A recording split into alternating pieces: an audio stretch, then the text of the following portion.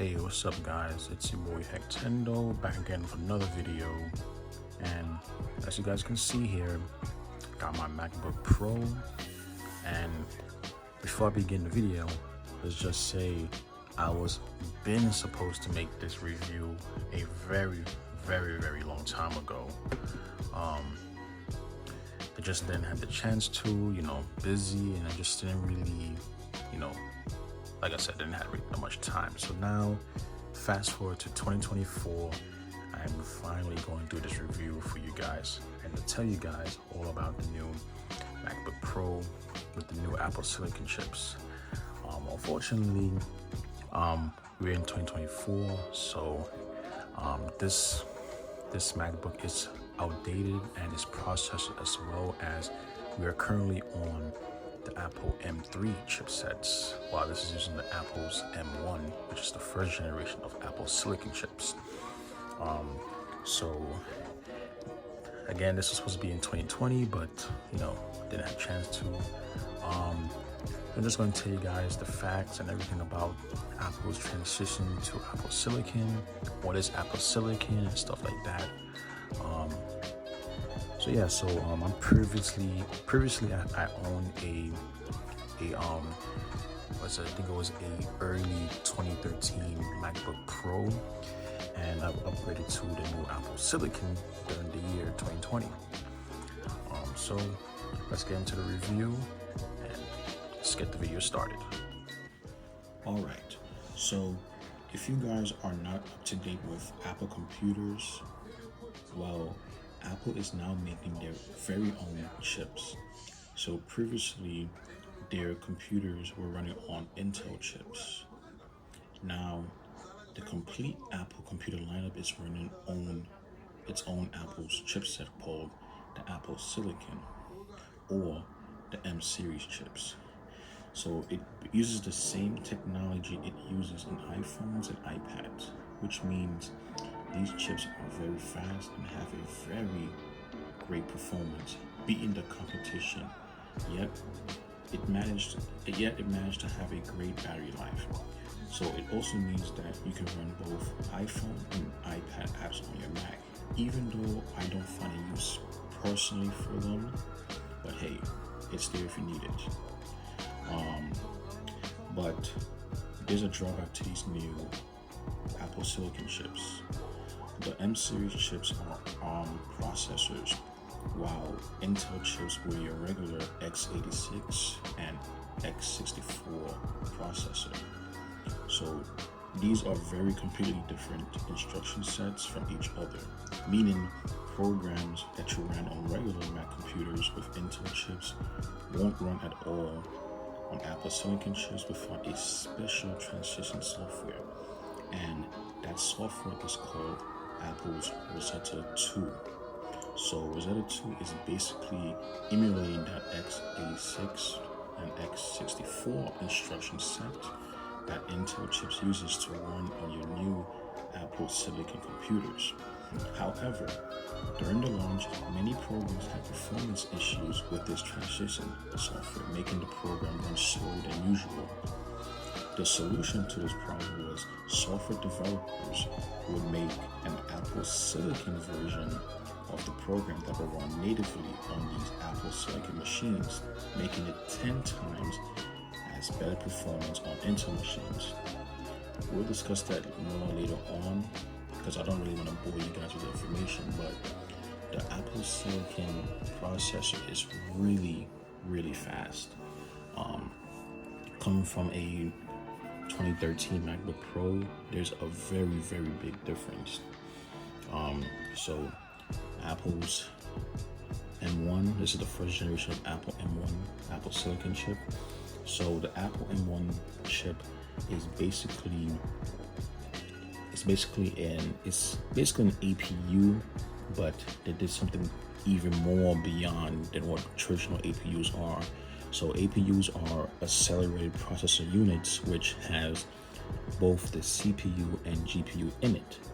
However, the Apple Silicon chips, it does have the CPU and GPU inside of it, but what they did now is Apple put the RAM built into the Apple Silicon chip. So you can see you have your 2D RAM right here, and basically, since it's integrated into that chip, the CPU and GPU shares these two dedicated RAM modules, and since it's integrated, it's all connected, which means it can access those RAMs more quicker than traditional, computers where they have the RAM slots away from the CPU and stuff like that. So that's the reason why Apple Silicon chips are really fast compared to your traditional CPUs and stuff like that. So the CPU and the GPU shares these RAMs. It's unified memory. That's what Apple's calling it, unified memory. So the M1 chipset's really fast. If you previously had a 2019 MacBook, you will see extremely differences in performance throughout the operating system. Like I said, I had a 2013 MacBook Pro, and ever since I got this right here, I'm just blown away with the performance, battery life, and just everything. So we'll talk about that later. So let's get to the design of the MacBook, its ports, and everything else in the MacBook. All right, so unfortunately, I'm not going to take off the casing of this because it's pretty hard and don't really want to crack it, but it's your traditional unibody Mac made from aluminum. It's a pretty strong material there. So from this side right here, when I moved away from my 2013 and I moved to this one, I could, right off the bat, I've lost some ports. Could this thing focus? Let's turn the flash for you guys. Okay, there we go. So right off the bat, these new MacBooks, well, I think MacBooks from 2016, they use these ports now. These are USB-C / Thunderbolt. So the M series MacBooks uses USB 4 and Thunderbolt 3, so it's pretty fast. Fortunately, you're gonna have to use a USB-C hub or anything like that in order to use these ports and stuff like that. And let's say you have your headphone jack, 3.5 millimeter, and that's it with ports, really. The screen, open inside. It's the same design as your previous Mac with Intel on it. The same screen size, Retina display, resolution, True Tone. Got that same touch bar and everything. Me personally, I'm a fan of the touch bar. I don't know why people hate the touch bar. It works fine with me. I don't really have a problem using it. In some programs like Photoshop, I like using the shortcuts on the touch bar. Some people don't. They always complain about the function keys, but if you hold the function button down, you have your function buttons right there. So I really don't know why people complain about it. You got your speaker, you have your large Magic Trackpad. Apple makes the best trackpads. There's so many gestures and everything, and this trackpad is amazing. Even has haptics in it, so when you press it, like you press it hard or something like that, you get a little touch, you get a little vibration, and if you press harder, the vibration is more intense. You got your keyboard with a keyboard cover right here. I personally bought this. From traditionally, it's always backlit. The keyboard's always backlit. The keyboard is kind of new. They're using a new butterfly mechanism now. Previously, the keyboard they used in other older MacBooks were terrible. The keys will get messed up. But now they're using the new butterfly mechanism on the keyboards, which is pretty good. So that's it with the design. Let's get into the operating system. All right, so like I said, this is the MacBook Pro 13-inch M1 2020. During the time, this was the newest MacBook of that year, Apple's first generation Apple Silicon chips. So it's the 8 gig module. I personally, if you plan on having this laptop for a pretty long time, it's always wise to future-proof it. Get at least 16 gigs, as 16 gig is ideal. But I mean, the way how Mac OS is so optimized for these processors, it's like you don't really need anything more than 8 gigs. But if you plan on doing heavy workloads, having multiple things open at the same time, sure, you can get that 16 gig of RAM. I'm not saying that you don't need it, but with the 8 gig, you can still do Photoshop. You can see here I do some Photoshops, some editing and stuff like that. I even do a little OBS streaming and stuff on here. It does it pretty well. The fans doesn't kick in like on previous MacBooks. Usually you hear the fan revving up, but Apple Silicon machines are so quiet, like you just think there's no fan there. The MacBook Air doesn't have a fan, but the Pro does have a fan, and the fan only kicks in when you're doing heavy, very, very heavy workloads. So I'm gonna do a little fan test, show you guys. So you can see here, the fan is running at 0 RPM right now. The fan is deactivated. But if I hit max, the highs is 71.99 RPM. And I'm not sure you guys can hear the fans rev up there, but just take a listen.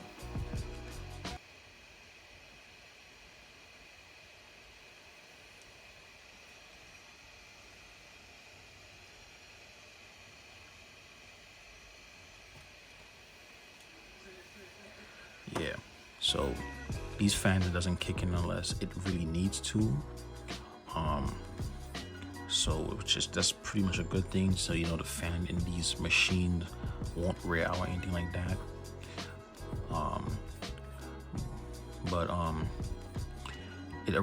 The Mac OS originally came with was Mac OS Big Sur, which is a fully redesign of the Mac OS system.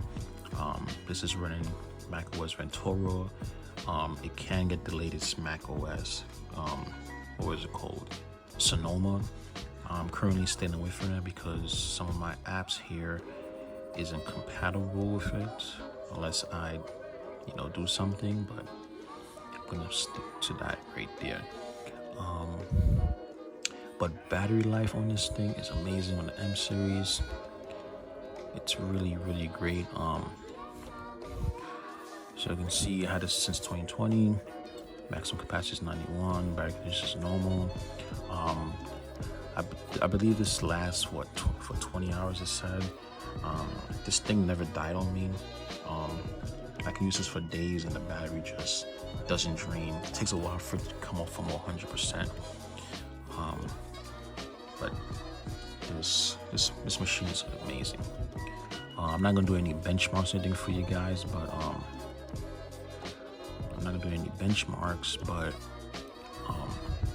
performance-wise, it's very good in these apps. Now, so there's your certain types of applications that macOS uses now. So the first one is your universal apps, which means these apps run both on Intel and Apple Silicon machines. You have your Rosetta 2 apps, which is going to use Rosetta 2 to translate the Apple Silicon into x86, x84 for the Apple Silicon to run. You have your iPhone, iPad apps and stuff like that. And then lastly, you have your new native Apple Silicon apps. So how do you know which application uses these new apps? Is if you double tap on application and get info, you can see here it says the kind of application right here. It says universal. So universal is both Apple Silicon and Intel chips. And let's see, I believe this app right here, I think this one is a universal as well. Okay, no, this one says Intel. So if it says Intel, which means it's going to use Apple Rosetta 2. Same thing for this one. This one is going to be Intel as well. There you go. I don't think I have any apps here that are natively for the Apple Silicon. Yeah, I don't think I have anything here for it. Let's see this one. Yeah, no, I don't think so. Yeah, I don't think I have any. I don't have any apps that's natively for this Apple Silicon machine. But in the beginning, like I said, the apps on here were applications for Apple Silicon. They were like they weren't optimized for it. Like everything was all over the place. There was performance issues and stuff like that because of Apple Rosetta 2. And the solution to it was for the developers to make a native Apple Silicon application for these machines. And ever since they did that, the applications have been running smoothly and stuff like that. But like I said, I'm not gonna be putting no bunch benchmarks, but performance-wise, these machines really get out to you. The real drawback to these machines is the camera.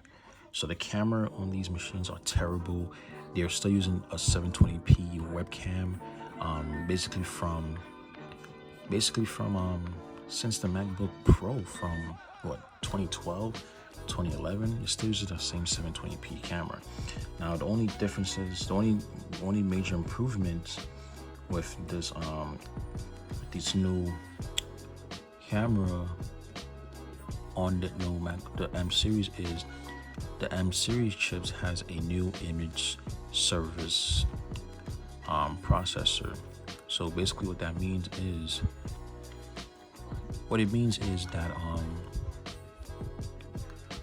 that it will brighten up the scene for you.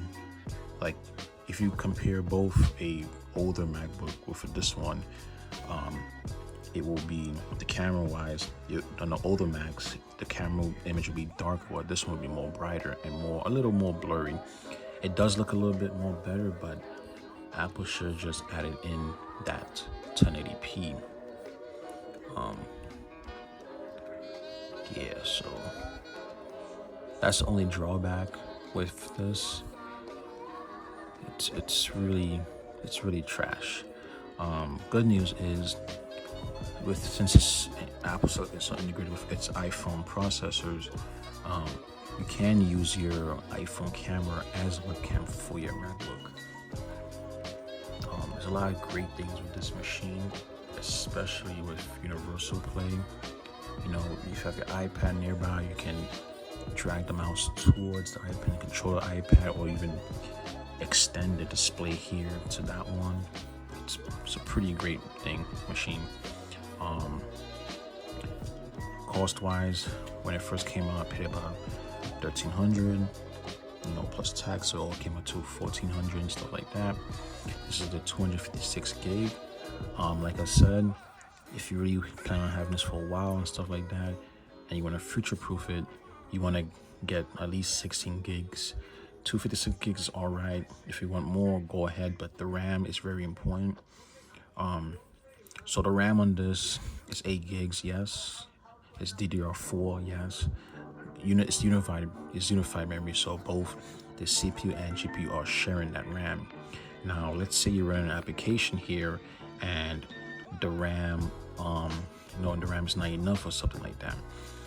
Basically, what it does is I think it's called page pooling. So basically, what it does is it's where so you can see right here, it says better Apple M1 native version of firmware detected. But we're not going to do that. But anyways, so basically what that page pooling does is it will borrow memory from the SSD controller and use it as RAM instead. This is pretty good and pretty bad. So the good thing is that performance, you won't see any performance drops, but the bad side is, since it's taking the memory from the SSD controller, it's basically wearing down the SSD. As you guys know already, SSDs have a limited amount of write you can do to them before they go bad. So by this page pruning, I think that's what it's called, it's diminishing the wear of the SSD on your MacBooks. And you guys already know that these SSDs are now soldered into the motherboard of the Mac, so you can swap them anything. You're gonna have to buy a new complete laptop, or if you really go through the troubles, you have to replace the logic board.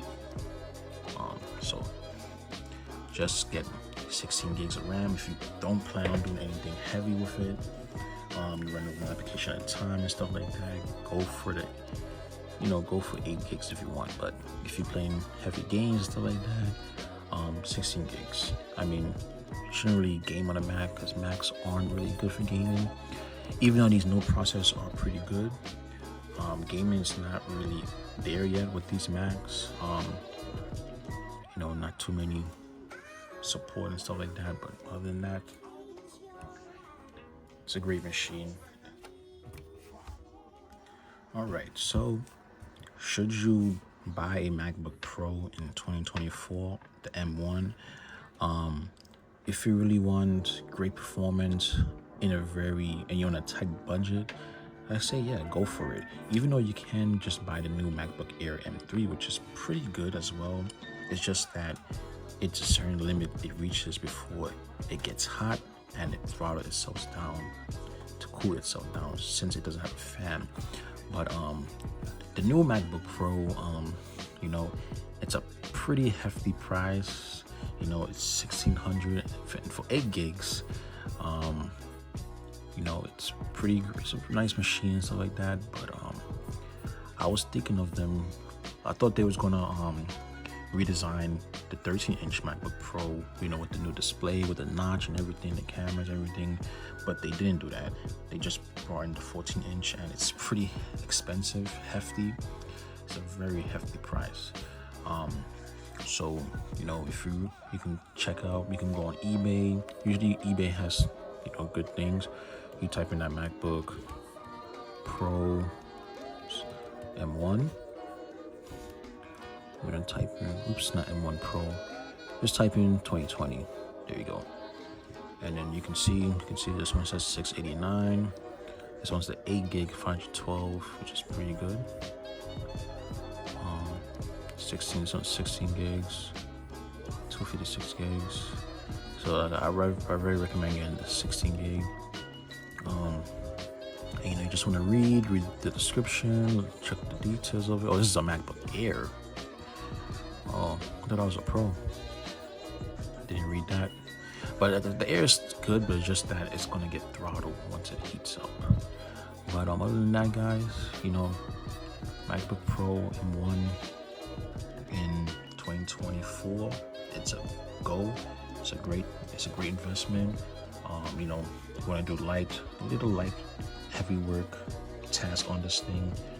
It's a great machine still. Battery life is amazing on this thing.